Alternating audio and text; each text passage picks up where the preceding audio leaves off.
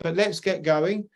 Today is the 176th Thought Leadership webinar. And the idea of thought leadership is that we critique today what is going on in order that we have a better type of security tomorrow. And the idea is to think through what are the issues and how can we begin to think about them. And we're talking today about cyber. Now, I just want to say something before we move on to cyber, is that many of you will know that on the 15th of December, in collaboration with our good friends at SASIG, we have a Thought Leadership Summit, physical event all afternoon on the 15th of December, put together by Martin Smith, my good friend at SASIG and his colleagues. It's free to attend. It's in London. So if you want to be there for a Cyber Thought Leadership Summit in London, in person, on the 15th of December, and it's before the Cyber Ospers in the evening. So 2 good reasons to be there. But today's topic, more specifically, is about security excellence. What can cyber professionals learn from physical security experts and vice versa? And the focus today is very much on the cyber bit. And the reason I say that is because typically in these webinars, we have a strong focus on physical. We've invited along Martin Simpson to talk to us. And what I'm going to do in a second is invite Martin to introduce himself. Then I'll ask Martin to give us some thoughts about this topic. And then we'll invite you to ask questions. So please use the question and answer button at the bottom of your screen, and we'll build it in. And it's a discussion today. As you know, we've been trying to sort of think of different ways of presenting this. Without further ado, let me introduce Martin. Martin, just tell us a bit about yourself first and foremost, if you wouldn't mind. Sure, absolutely. And hi, Martin. Thanks very much for inviting me in to participate this afternoon. So good afternoon or good morning, everyone, depending on where in the world you are. My name is Martin Simpson. So I work for a small consultancy called ThreeTwoFour, based here in London. I've spent the last 20 plus years in cybersecurity of one form or another. I'm old enough to remember when it was called information security back in the late 90s. And obviously that's now changed into, or evolved into, being recognised as cyber. I haven't always been a consultant. I did have a real job once. I worked for General Electric, and I'll probably talk about that in a moment when we talk about my comments on the topic. Had a fantastic number of years at GE, great company, some phenomenal leadership, and then I was invited to join Deloitte, so one of the big 4. I spent a number of years at Deloitte doing technology risk management and cybersecurity type stuff, mostly within financial services, and then that moved on to PwC, and then I spent a short time with a company called Alex Partners. So anyone in the US is probably more familiar with that organization, very sort of M&A centric PE backed organization. So that was fun, fast paced few years, and here I am now working with some former Deloitte and PwC colleagues at ThreeTwoFour. So I would say I'm a technology risk and resilience specialist with a spike in cyber and a firm interest in operational resilience, which maybe we can talk about a bit more in the next 40 minutes or so. That's the sort of person we want to speak to right now. No, that's excellent. That's excellent. Well, look, one of the topic today is very much thinking about cyber security and physical security. Now, in the world of physical security, we're almost led to believe these are very distinct areas of expertise. So it's one of the things we want to pull out. But first of all, I'd be grateful if you could just give us your thoughts on this topic, give them some insights. You were saying before, and you've always got a view. Very keen to hear what they are. So if I could give you 3 minutes or so, just to give us your thoughts. Yeah, absolutely. So look, I come from an angle of security is security. Understanding what's important, why it's important, and why the bad guys want to disrupt it, stop it, steal it, or embarrass you. You know, it's all really the same thing, and the same kind of thought processes that go with that.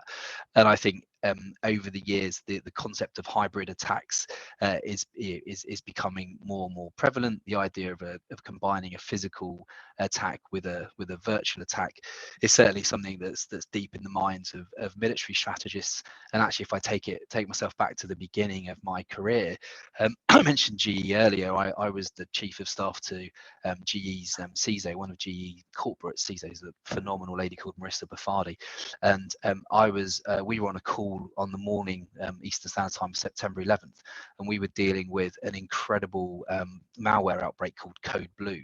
So some of you may or may not have heard of that, and the precursor to that was a virus called Code Red that got lots more headlines. But we as a firm were being absolutely annihilated by this virus, and we were literally pulling servers out of walls to stop it from spreading across the environment. While we were on the response call to that, the first airplane hit the towers, and I remember looking up thinking, oh my God, this is the start of World War III, and I was convinced that this was a hybrid attack. It was a malware attack to bring corporate America or industrial America to its knees, and at the same time a physical attack to cause disruption and panic. So consequently, I've always been a staunch advocate of you need to think about security in an integrated way. Even going back to medieval times, right? Your castles and your forts have layers of defense. I think the challenge is that physical and physical and virtual security professionals have are pretty consistent. We're effectively insurance functions. We're always trying to protect against things that we hope won't happen. And I think as technology becomes more prevalent in everything that we do, access cards are controlled by a computer system, sprinkler systems, industrial control systems I can get into, and I can turn a sprinkler system on in a building to evacuate the building. And if I have an IED in a vehicle nearby, you think of the catastrophes that you could cause, right? So that's obviously quite an extreme example, but though I don't think you can think in physical terms without considering the virtual aspect of it, and vice versa.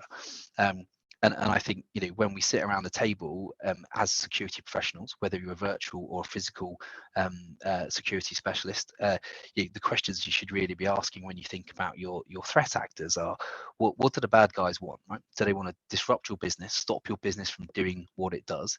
Do they want to steal your stuff, or do they want to embarrass you?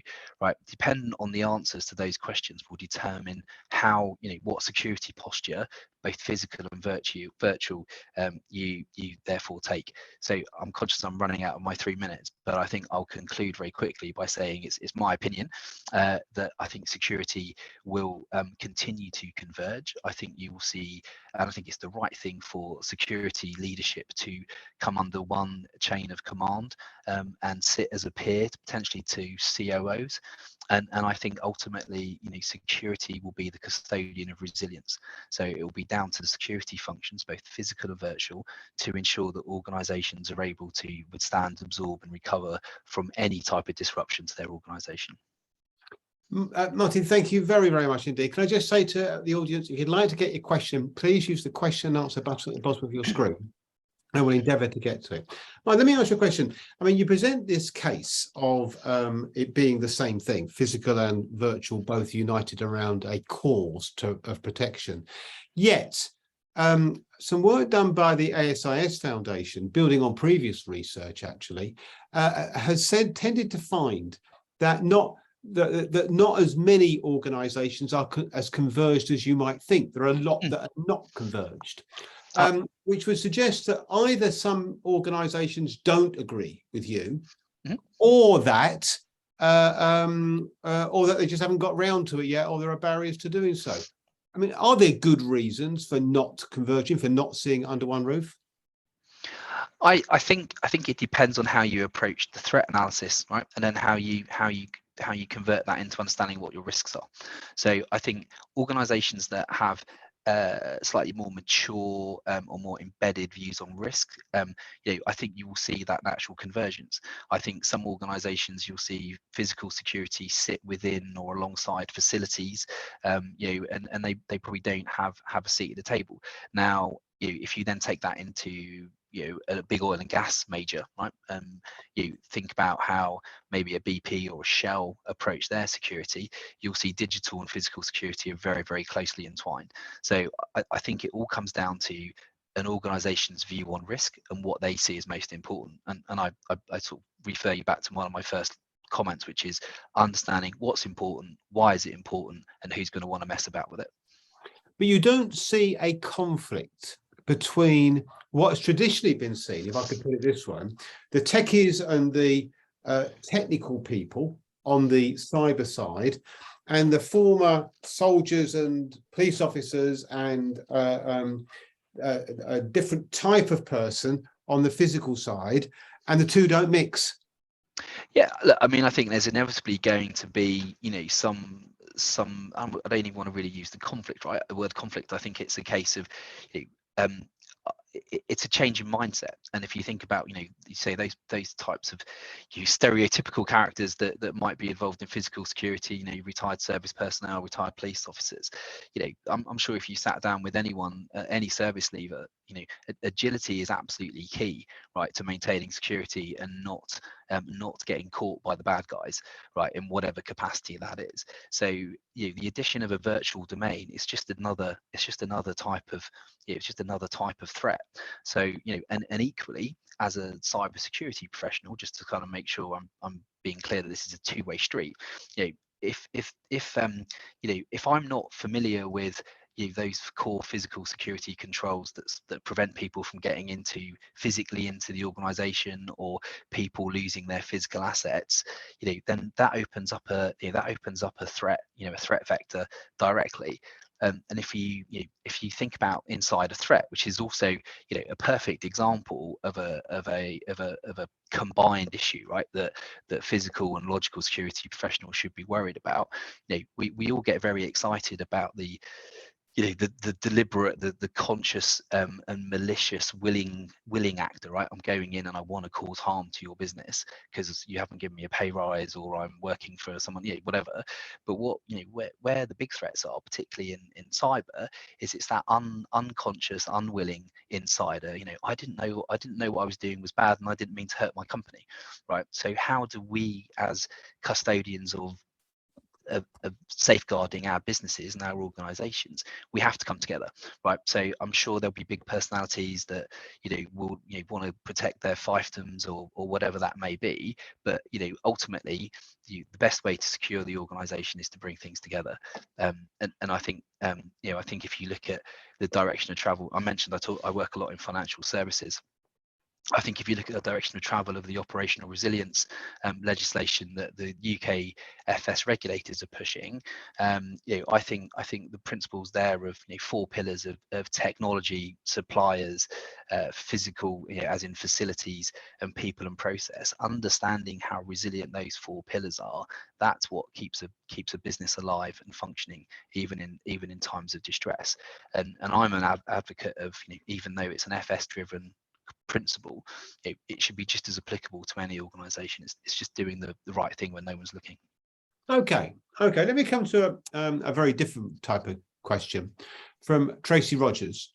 And this one, I think concerns us all, but it's a more general question, Martin. Is China a credible threat regarding cyber and physical security applications, CCTV?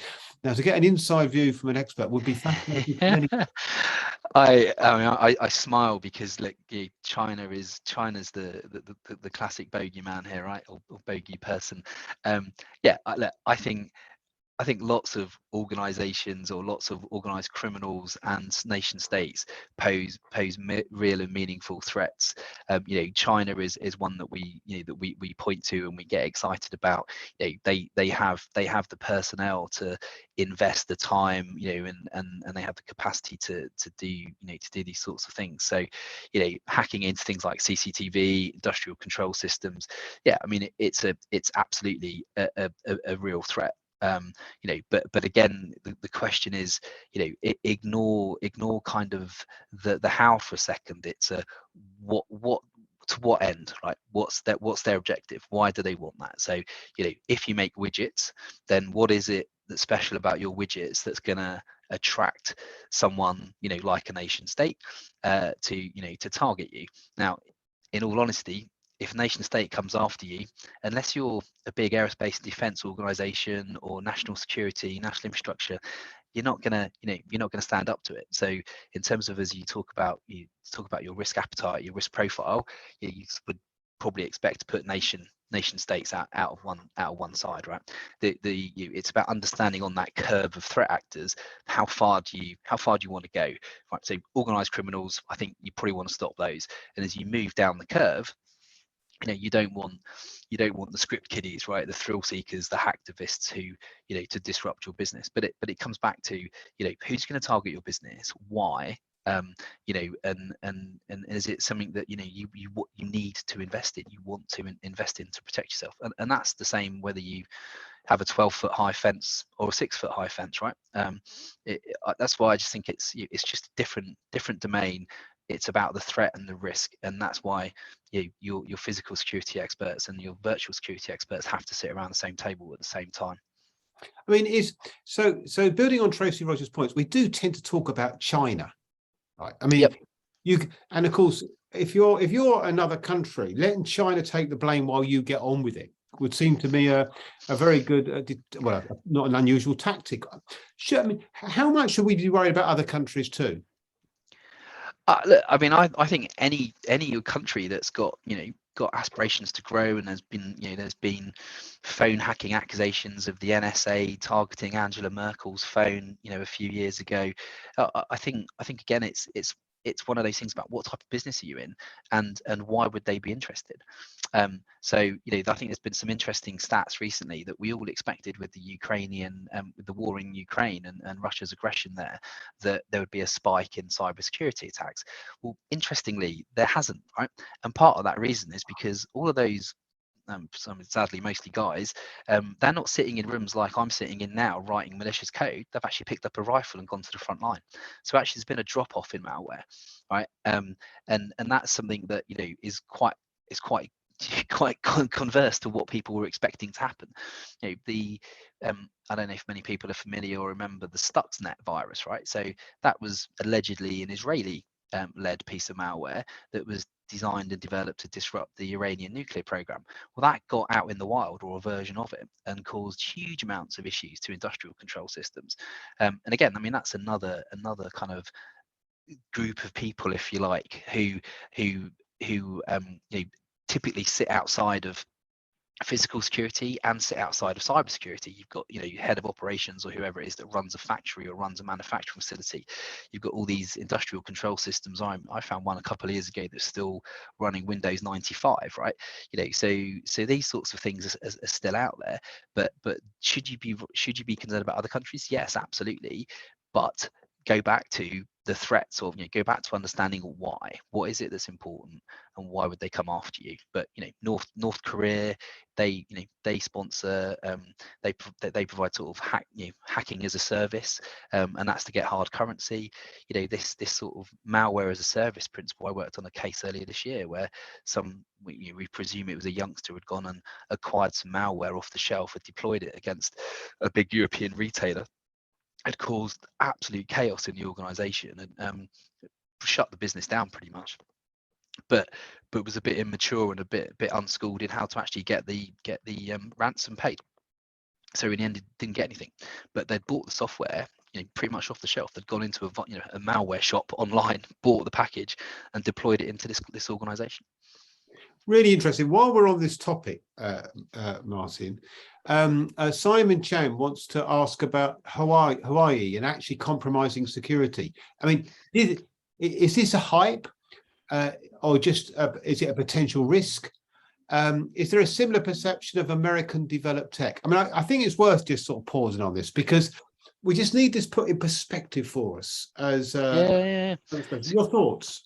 So look, I mean, I'll declare right now that I'm not a security architect, so I'm not deep in the weeds of switches and the configuration of those types of devices. So this is very much my opinion, and and if there's a technical architect on the call, then you'll realise that my knowledge here is wafer thin.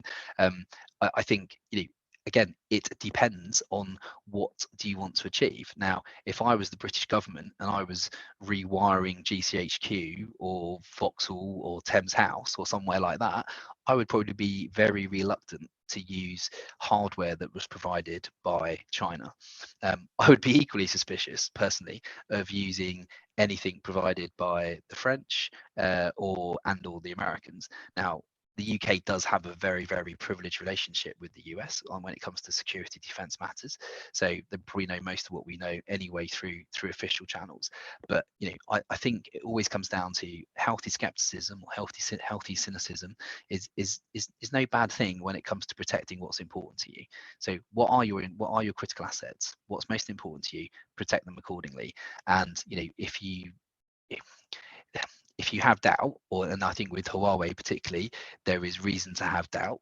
My understanding is that there were identified risks with some of their, or not even risks, they were identified threats within some of their hardware, where the firmware software that supported them had backdoors that were able to be triggered at a later date, and they would have posed a significant risk to security. So I think it's fair to say that there's probably an element of hysteria, but actually I think the threat is real. Interesting. Now, that was for some of us who are not specialists, that was good to have in perspective. Different question now from Dr. Glenn Kittering. I'm a former panelist, actually. And we were speaking earlier, Martin, about expressing views. And Glenn's got a view here, which I would like to get your thoughts on. Seemingly disagreeing, I think, with what you're saying. Because Glenn says, I believe there is a conflict between cybersecurity practitioners and physical security practitioners, partly based on the term physical. We use the term physical to describe the physical side, but is also seen as a derogatory term by the cyber people. Managing a physical security program is very complex, yet it has been my experience that so many cyber people look down at those of us responsible for physical programs. Do you have any thoughts on this? I mean, all I'm going to say is, that's not me. And but I appreciate it, Martin. But do you agree that view does exist out there? 100%. And I suspect there are equally people on the non-virtual side or the physical side that think that people that do cyber are a bunch of techie nerds that sit in dark rooms, right, and have never had a girlfriend. So I think. I don't doubt that exists. I guess my message, my point is that needs to stop, right? If your mission is to protect your organization, protect your organization's customers and their people, then you have a very important role to play. And actually, I for one, I look at the physical security aspects of keeping our people safe, or people of organizations have an incredibly important role to play, right? And I think again, I've been lucky enough to have done some work and had some privileged access to some of the big oil and gas majors. You wouldn't, their physical security teams are phenomenal, right? They all come from impeccable backgrounds in government agencies or other aspects. They're absolutely awesome. So I personally absolutely do not, and I think industry, peers of mine, that they need to catch up because it's a team effort. So I agree. I agree with the point that there probably is conflict in certain places. It's not a view that I share, and it's a view that I hope will become, a distant memory, in the years to come. Because if we don't work as a team, we'll get exploited. I just wonder, is there any concern though, Martin, that in fact, as people get to establish their positions, the reverse can happen? I mean, the talk is about the wisdom of bringing people together. I get that, right? And you've outlined some of the reasons. But there's also a danger here, if you're a physical security professional, that you start to get too close, you could lose your job.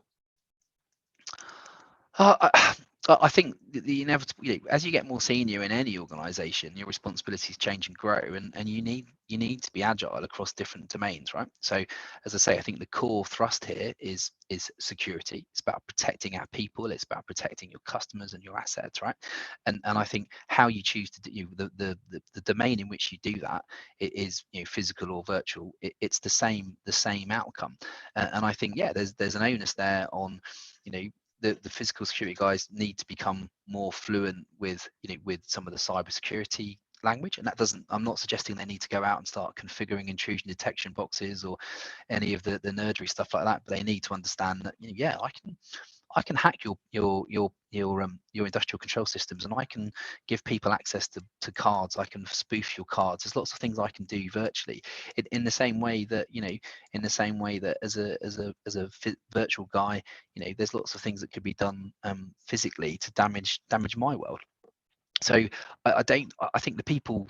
I think if people have that sort of fear, then you know, that in my experience, the inevitable sort of happens, right? Gravity takes over, and you end up kind of getting what you're frightened of. I think if you embrace it, and you you try to learn from it, then I think everyone should have an equal seat at the table. Okay, questions coming thick and fast, so let's move on. Mike Kroll. Now, Mike Kroll's another former panelist. Good question. What's the best way for physical security folks to be competent in cyber security? I mean, listen, it does seem to be a different world for many physical security people, Mike. It does feel that way, you know? Yeah. Is there a route to a recognized route from your side, if I could just say that for a minute, in which the physical security world can get credibility here and learn enough to do it? What is the route there? So for me, I mean, I don't know what the I don't think there's a real prescribed route. I have a talk about my own personal background, very briefly. I have an engineering, communication systems engineering degree. I kind of fell into technology. I wanted to be a fighter pilot in the RAF. 46 years old, I probably still want to be a fighter pilot in the RAF. But my eyesight said that wasn't going to happen for me. So I've followed a path, and I've just followed what's interested me. And I guess the advice I would give anyone who's in a career around physical security is when when you're doing that threat assessment, you're doing that risk assessment of that facility, and you're looking at the positioning of your CCTVs, you're looking for the blind spots, you're looking at how you control your access passes. Then just think about, from a technology perspective, what are the potential risks here, right? And then go and engage with the technology function and say, okay, our CCTV, it's on by definition, it's on a closed circuit, right? Is there a way I can connect to that? And and actually, real case in point, I did a piece of work with a big retail fashion company years and years ago. It was brilliant piece of work. But we found some really fundamental issues with their virtual security. The bit that got me into the boardroom to talk about cybersecurity was we hacked a CCTV camera that looked onto the changing rooms in the Hong Kong store, and it had people going mental. Now, arguably the least important find of the whole report, but because it was physical, right? You could see it, you could almost touch it. It got the most airtime. So I think the best advice I can give anyone looking to upskill themselves or develop skills in cybersecurity, just be inquisitive. Think about technology as a threat. When you're doing your work, and you're planning out, how would you prevent someone breaking in? And let me give you another example that I quite, this is sort of how I explained to my dad, who was a police officer for 35 years. But there's a lot to be said here around the idea of kind of monitoring and kind of how do you control and look at things. But it's like, if I break into your house and steal the family silver and smash everything up, you kind of know I've been there, right? If I know that you're in the pub every Friday between 5 and 7, and you leave the back door open, I sneak in and take 10 quid out of the housekeeping money, how many weeks, months, years indeed could I get away with doing that, right? So again, it all comes back to thinking about the threat and why and how, what are they trying to achieve. And I think having that dialogue around the table, you ultimately cross-pollinate ideas and thoughts. Yeah, I mean, well, interesting way you put it like that, because it leads me to the next question, actually. And now, forgive me if I don't pronounce your name right, Raghavendran Radhakrishnan. I'm so sorry if that's not right. I expect it isn't. But your question's an excellent one. And so there's two parts to this, Martin. We've been speaking about convergence.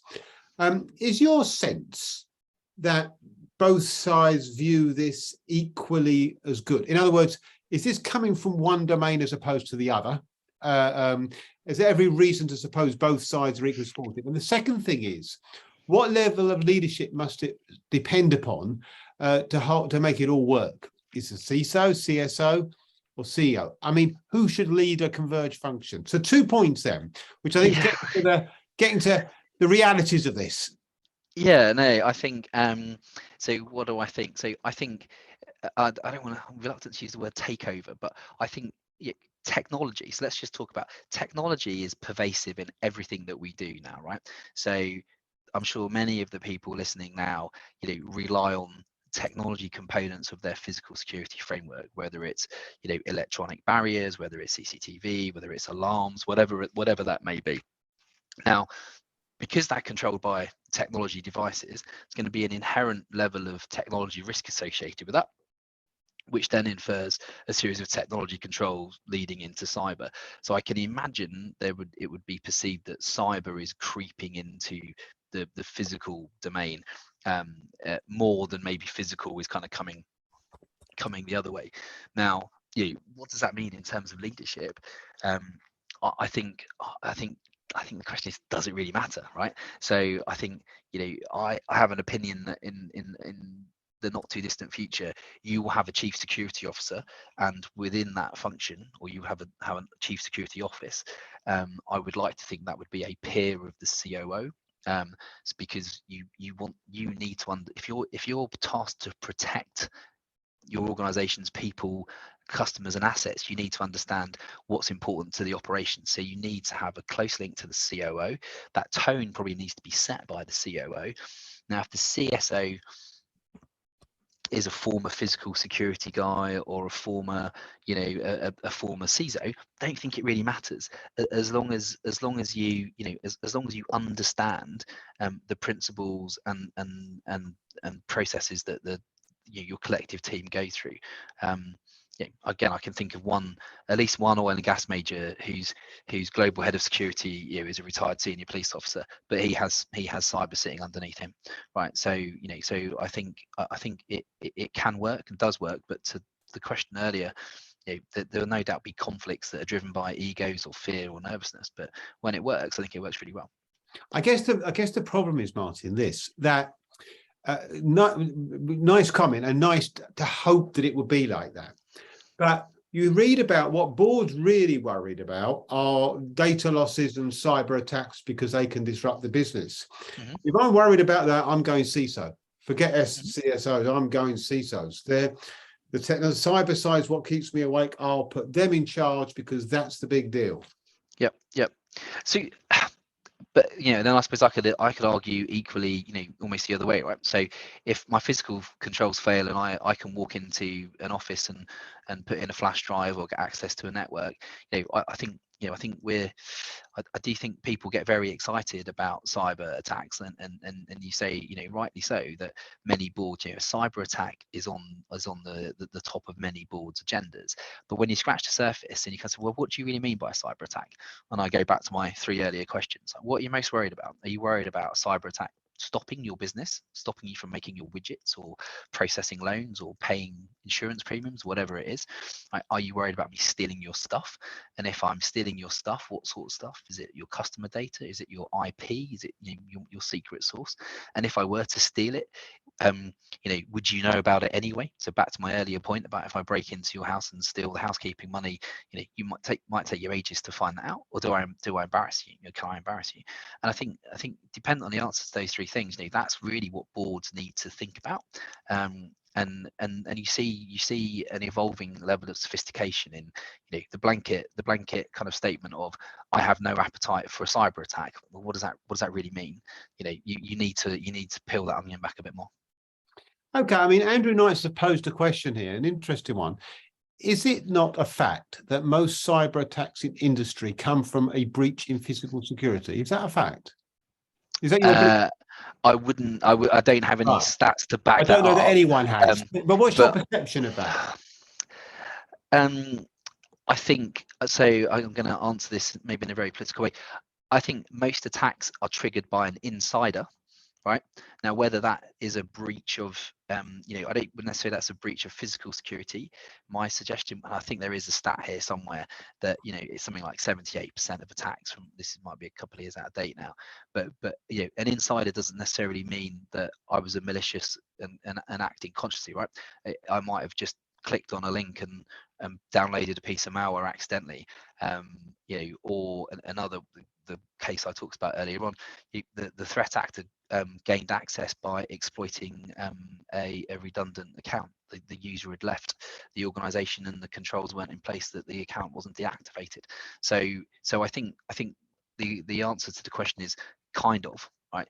Insiders mostly responsible for cyber attacks, either willingly and consciously or unwillingly and and unconsciously, and I think that's where many malware attacks will kind of are triggered.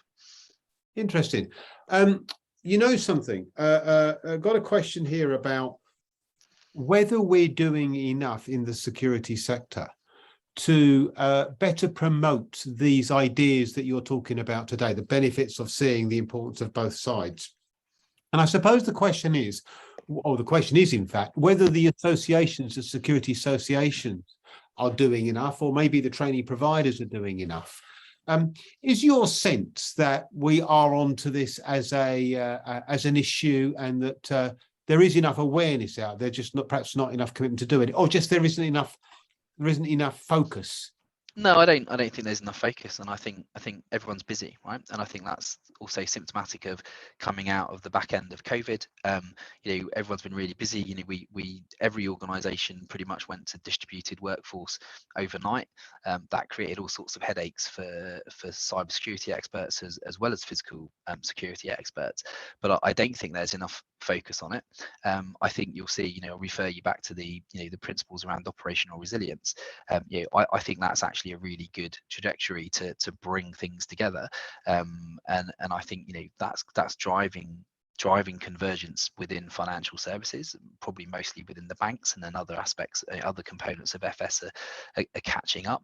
But I don't think the associations are necessarily promoting the idea of security is security, and whether it's protecting the physical security assets or protecting your virtual assets, it should have equal footing. And yeah, I mean, well, you see, it's comforting, I suppose, that you should feel they have equal footing. I just feel as though, if you take the sort of comments we've received over time, there is a much greater sense, I think, that the world is moving to cyber and physical's losing out. And it might be because, Martin, there's a sense in which cyber can do physical easier than physical could do cyber. And maybe in the long run, it doesn't matter. I mean, it doesn't matter for an organization, I suppose, but it matters in terms of where the physical security world pivots itself and where it presents itself in relation to the issue. I think there's all. So I recognise the point about people might perceive that you can take a cyber guy and make them a physical guy, or at least add a physical aspect to their role, probably easier than you could take a physical guy and add a cyber element to their role. There's possibly some substance in that. I don't think that I don't think the need for physical security is ever going to go away. And I think I do think, though, as technology becomes more prevalent in how you control and master your physical access to facilities, then you need to become more fluent in technology. And I'll take you down another hypothesis of Martin Simpson with absolutely no basis in fact or academics behind it. But I believe by the time young kids are in positions like us, things like the CIO is going to be a redundant role, because everyone's going to be so fluent in technology. I look at my parents, and I love them to bits, but they're not great with technology, right? I think I'm probably on the edge of the generation where I'm relatively comfortable with tech, and and I think in a few years' time, digitization is going to be so embedded in what we do that our kids, you're not going to need CIOs. It's going to be about innovation. It's going to be about how do you exploit technology in order to improve your margins or customer experience or whatever it is. And the same way, I think data privacy. So data privacy falls into cyber quite frequently. Things like GDPR. My hypothesis, according to Martin Simpson, is that in a few years' time that's all going to be redundant, because as soon as we can monetize personal data, and it will happen, then it will be, organizations will be incentivized to keep personal data secure, right? And we won't need legislation to force it. And I think I think it's about being adaptable. And I go back to everyone I know who's in the military, and I briefly tried to serve myself as a young man, but it's everyone I know who served is phenomenally adaptable, and I have absolutely no doubt that across any any background, if you have an interest, a genuine interest and desire to learn, there's no reason you couldn't pick up the skills that you need to be a security expert. And by a security expert, I mean that as equally fluent in in physical and virtual security. Okay, we've got a question here that I've got in by email, and it's asking about there is a high number of vacancies for cybersecurity professionals at all levels. Mm-hmm. And the question is why? Is it not a sexy world to go into? Is it the fact there's not enough focus on training? Interesting to get your thoughts on this. Look, I think it suffers a bit of an image problem, right? And as I said, I'm not a deep technician, and much like we all need deep technicians in order to make things happen, whether it's in the physical world or the virtual world. I think where cybersecurity specifically struggles is being able to have that conversation from the boardroom to the server room. Right, and I think being able to articulate why does it matter, and who should it matter to, and then translate that down to the guys who are building the networks, installing the kit. I think there's a challenge around sort of leadership around the cyber industry. I think it's not necessarily seen as a particularly attractive environment to go into. I think it's perceived as a bunch of nerds doing nerdy things with computers, and actually what I find really exciting about it, and I'd love to hear what other people on the call think. I like I like working out how to break things. I like stopping the bad guys doing it, right? And I think that's really the core to what motivates me. And I think if we as a security industry can shine more of a light on it's actually pretty interesting stuff and you're really doing stuff that really matters, then we'll get more people. Cyber's massively underrepresented as well, whether it be by gender or by by ethnic background too. So there's huge issues. There's not enough people coming into cyber, and there's not enough diversity of thought within the cyber community. So there's huge amounts to do there. Martin, we could go on. Fascinating conversation. We covered a lot of ground. Thank you very much indeed. I think one of the great things to take away from what you've said is this view about the importance of both sides and recognizing the value of security as a field of study, as a field of operation that has different elements to it, all of which contribute. It'll be interesting to see how this pans out as we move forward, because on all sides there's a need to better present challenge that image. And interestingly, we did a study last year about why people join the security sector. The main reason is because they do it by accident. They fall into it by chance. Martin, you've given us many reasons. Thank you so much for your time. Really, really appreciate it. Audience, thank you so much indeed for your questions. Really appreciate those too. Fantastic. Final few comments from me, if I might, just very, very quickly to let you know that we've got some award schemes coming up. 1st of December next week, the French Oscars. 8th of December, virtual award ceremony with a webinar beforehand on Canada. Look out on the 23rd of February, the UK Oscars. And before that, on the 15th of December, please note, in the afternoon, we have a cyber security thought leadership summit in London, run by our good colleagues at SASIC. They've put together an excellent program. It's free to attend. It's before the Cyber Oscars in the evening. Come along and enjoy it. Free to attend, fantastic outline, fantastic program. Just so to remind you, we next get together on the 8th of December when we're looking at the Canadian security sector. What are the current challenges and how good is the response? And that's followed by the presentation of the Canadian OSPA Awards. And on the 15th of December, the Cyber OSPAs and the Thought Leadership Summit in the afternoon. So plenty more to come up. Thank you once again to Martin Simpson for his engaging comments. What a fascinating conversation. And to you, the audience, for your insights. We'll return to this topic in the future. I hope to see you very soon. But until we meet again, wherever you are in the world, stay safe.